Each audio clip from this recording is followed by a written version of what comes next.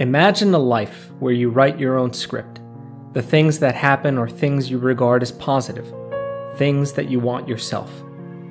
Imagine a life where your dreams come true, a life without fear, where your entire being is replete with love, allowing you to live in happiness, unbroken happiness. A life where your inner peace swells to fill your existence with delight, independent of the actions of other people, because you have no doubts or uncertainties. You have an unbreakable self-confidence because you are the wizard.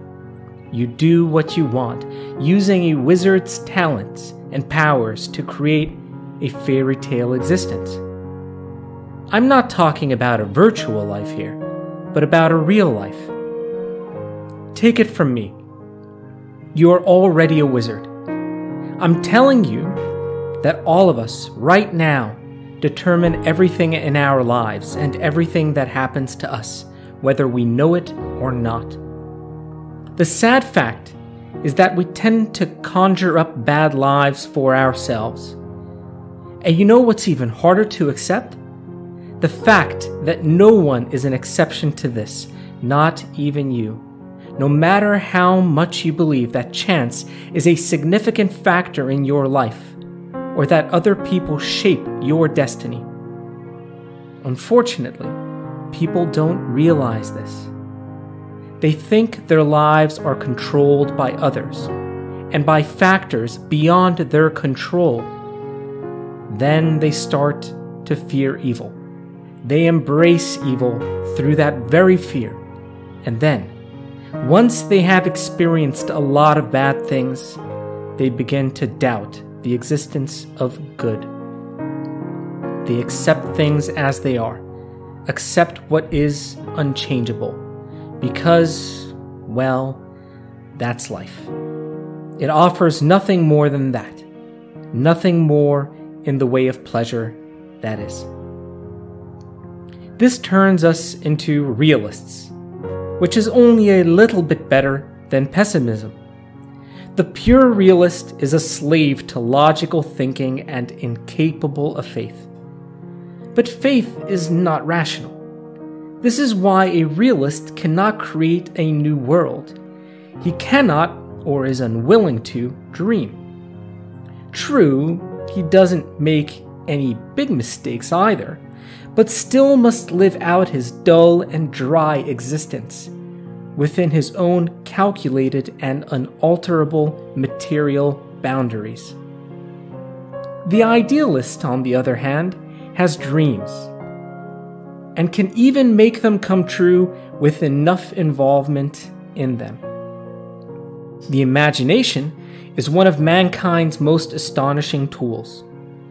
Unfortunately, it often goes ignored or is looked upon as unnecessary or a waste of time. But in fact, we should appreciate the imagination and help it to develop. You see, if you can control your imagination and feelings 100%, and the way how you experience the world through them, in other words, if you can live consciously, then your imagination becomes a vision that you can use to consciously shape your world in any way you want. We are doing this even now. Our feelings and the images in our fantasy are becoming reality, but their present form is chaotic, haphazard, uncontrolled, married to negativity, so to speak. This is how we experience life in our inner spiritual world. As a result, our external world is similarly chaotic, haphazard, uncontrolled, and shackled to negativity. We are naturally not happy about this situation, but at the same time, we do not realize that we are the source of our own problems. So we try to find the reasons for our frustration in others, believing they are the problem. Everything we do, how we live, think, and feel, determines the course of our lives, whether we live consciously or just spontaneously. This is exactly where the trouble lies. Since every momentary false note, every little fib, in short, every act that is not genuine or honest, even if the intentions behind it are good, digs serious furrows in our path, or even great chasms in our lives that must, inevitably, someday be crossed. At the same time, all of our doubts and fears, all the obstacles we erect for ourselves and that we find impossible to cross, are of our own doing. We create them ourselves. This is how we fall into our own trap. Our inner and outer lives work together. If I happen to be in a bad mood at the moment, and I don't take advantage of the given situation because my depression prevents me, this will influence the subsequent course of my life and my state of being. Then that negatively affected situation will lead to a further deterioration in my inner state, and the vicious circle is complete. I will conclude, as a result, that I am simply a hard luck case, someone for whom things simply don't work out. Therefore, I open myself for negative influences and thereby derail my life into negativity without realizing it. In other words, I'm writing a bad script for myself. Naturally, we all look for scapegoats at times like this, and aversion or even outright hatred can reshape our nature entirely, setting it on a very bad course. I can turn my life into bitter suffering. But all is not lost. There is no situation that cannot be reversed. Nothing is completely hopeless. Americans sometimes say you are only totally lost if you make coffins and people stop dying. Otherwise, everything has a solution. But remember, we are wizards who have free will, so we can decide what to put into our wizard hats for action on the stage of our lives. We freely choose which magic wand to use between the power of our limited understanding in the form of criticism of others, or rejection, or even outright hatred, and the power of our big hearts to accept, tolerate, empathize, and love. Everyone has both of these wands. You do too. This determines the outcome of our wizardry. There is one unavoidable law of this wizardry. We are compelled to it. Whether you want to or not, whether you are aware of it or not, you are inevitably compelled to perform your own wizardry in shaping your own life. This requirement is the very thing that forces people sooner or later to struggle against their own nature, or to take up a way of life that is consciously, actively observed. People reach the stage once they realize that their actions, thoughts, and feelings of the present moment will shape the course of their lives. This is not necessarily noticeable, since time and wizardry are not always perfectly simultaneous. Usually, time follows our spell delayed. It is hard for people to realize this, even if we generally have a feeling about how we should live, since the struggle against our own selves is difficult for everyone. So be kind and compassionate, understanding and lovable in dealings with every human being.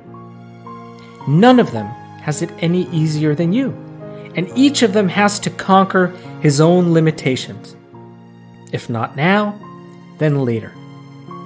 Spiritual development is not something you can avoid. You can procrastinate, which will only compound your sufferings. What is this about? What is the force that lets someone handle everything, no matter what the psychological stress? What is the force that always puts us in a good mood and always gives us inner balance? An inner force, of course. What else? You've probably asked yourself questions like this, but the answers were not easy to find. This book is a navigator's handbook full of open, honest, and even humorous approaches to these practical questions from Gunagriha, a student of Sri Chinmoy, one of the spiritual masters of our age. Gunagriha brings the master's teaching to life. The Lifenavigator is Gunagriha's third book after The Third Wish and My Master, My Home. It offers the experiences of many years of lectures on meditation. These chapters contain exercises that will fill you with a healing light and offer ways to deal with the problems of your daily life, whether big or small. You will use the miracle that is inside each of us, the inner force, which is part of every human being from birth, including you. We can interpret the content of the Lifenavigator like this.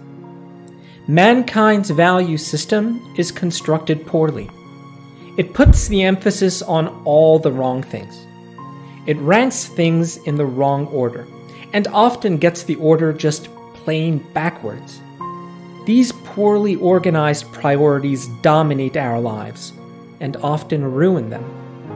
The material values occupy the foreground, and not energy, which makes up all matter. Energy is behind everything as its foundation or cause. We do not seek to find what energy we should be using, but rather just what we own. We do not construct inner wealth by choosing our inner energies, which would then be released to provide us all necessary material means, but rather try to fill our hands with a chaotic system of inner energy and end up with the frustration of seeing material things slipping from our grasp or disappointing us. No, we do not put the emphasis on feelings that arise from our energy source at the depths of our being. Our superficial, skeptical, uncertain, and apprehensive thoughts that flop about this way and that take up all our attention. This makes us unable to make perfect decisions because we have no idea about the purpose of our own beings or the purpose of our lives. People tend to organize their existence, from their personal lives to international politics, around what separates themselves from others, how they are different from other people, groups, nations, religions, and the like. But in fact, the emphasis should be on things that tie us together, not those that divide us. People should strive for unity, as it is taking shape in the world, however slowly. The world rewards greatness rather than goodness. It applauds greatness, apes it, and is excited by it. And it makes no difference whether that greatness has any value or not. Inner values do not interest people who are blinded by greatness. This is true on every level of society, which means we also value power for the same reason. But within us, goodness should be the foundation of greatness. In other words, a human being should experience greatness through goodness. We could add to the list, but that is not our purpose here. Our purpose is to offer a program that lets any of us revise his or her value system and reshuffle the cards if needed, for ourselves and only for ourselves. There is no danger in this, except perhaps what happened to me in the old days, when everyone around me thought I was crazy. My parents, friends, a few of my patients, and others. Fortunately, my wife did not. She joined me in the dance, and we were crazy together, but just for a little while. Once the fruits began to ripen, our friends started returning, and many others suddenly looked at us with understanding again. So here it is. have a look, try it out, and pay for it. Money has its counterpart in the inner world. It's called effort. Open the gates of a new life. You will be happy. Close the gates of your old life. You will be happy. Sri Chinmoy. The 7-week program, which is included in the book I call the 7x7, is a spiritual plan of work. Let's call it a plan of joy, rather, that you can use to try out the approach to life outlined in the Lifenavigator. It offers you an outline for living that tries to demonstrate, in practical terms, that individual effort can directly reshape your life. For you to realize this, you need to completely reorganize your use of energy with the help of the plan described here, so that the negative forces lurking about here and there in your life have absolutely no chance with you. This works for everyone equally. Who says that there is no weapon against fate? You can conquer your fate if you sow the seed of patience and reap the fruit of will. Sri Chinmoy. Start to think of a new life. Your sincere mind will teach you how to start. Your pure heart will continue for you. Just start to think of a new life. Sri Chinmoy.